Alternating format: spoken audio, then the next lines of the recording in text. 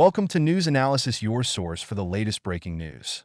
Today, we have a developing story that's making waves across international headlines. President Joe Biden on Sunday will survey the devastation inflicted on Florida's Gulf Coast by Hurricane Milton as he urges Congress to approve additional emergency disaster funding.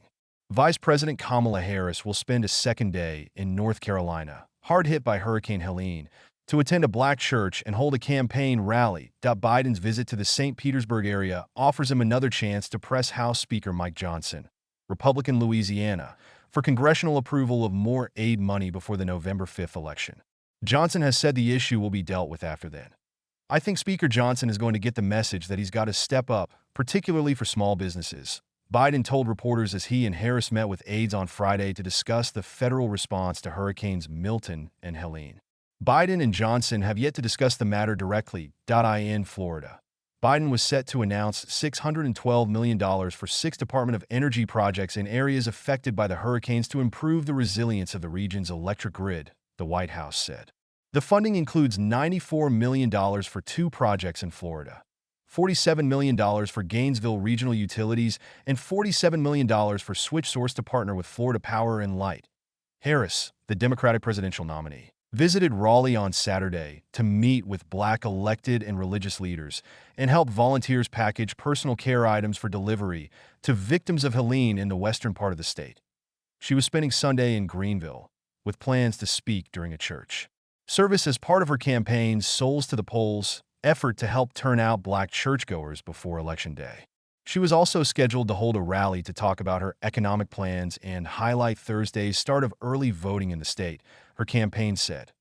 Harris and her running mate, Minnesota Governor Tim Walz, will spend the coming week campaigning in the competitive states of Pennsylvania, Michigan, Wisconsin, and North Carolina. According to a Harris campaign official who was not authorized to publicly discuss details not yet made public and spoke on condition of anonymity, with less than 4 weeks to go before Election Day, the hurricanes have added another dimension to the closely contested presidential race. Republican presidential nominee Donald Trump has said the Biden administration's storm response have been lacking, particularly in North Carolina after Hurricane Helene. Biden and Harris have hammered Trump for promoting falsehoods about the federal response. Trump made a series of false claims after Helene struck in late September, including incorrectly saying that the federal government is intentionally withholding aid to Republican disaster victims. He also falsely claimed the Federal Emergency Management Agency had run out of money because all of it had gone to programs for immigrants in the country illegally.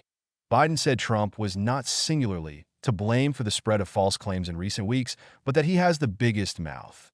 The president is pressing for swift action by Congress to make sure the Small Business Administration and FEMA have the money they need to get through hurricane season, which ends November 30th in the Atlantic. He said Friday that Milton alone had caused an estimated $50 billion in damages. Homeland Security Secretary Alejandro Mayorkas said last week that FEMA will be able to meet immediate needs caused by the 2 storms. But he warned in the aftermath of Helene that the agency does not have enough funding to make it through the hurricane season. But Johnson has pushed back, saying the agencies have enough money for the time being and that lawmakers will address the funding issue during the lame duck session after the election. Also percolating in the background are tensions between Harris and Governor Ron DeSantis, Republican Florida. As Helene barreled toward Florida, the 2 traded accusations that the other was trying to politicize the federal storm response. That Harris's office last week suggested that DeSantis was dodging her phone calls. DeSantis responded that he was unaware she had called, and he grumbled that she hadn't been involved in the federal government's response before she became the Democratic nominee. Biden, for his part, said he hoped to see DeSantis on Sunday, if the governor's schedule permitted. He's been very cooperative, Biden said about DeSantis. He added, "We got on very, very well." DeSantis said Saturday that he had no details about the president's visit. Biden was scheduled to survey damage during an aerial tour between Tampa and St. Pete Beach, where he will be briefed on the storm by federal, state, and local officials. He also will residents and first responders. Hurricane Milton made landfall in Florida as a Category 3 storm on Wednesday evening. At least 10 people were killed and hundreds of thousands of residents remain without power.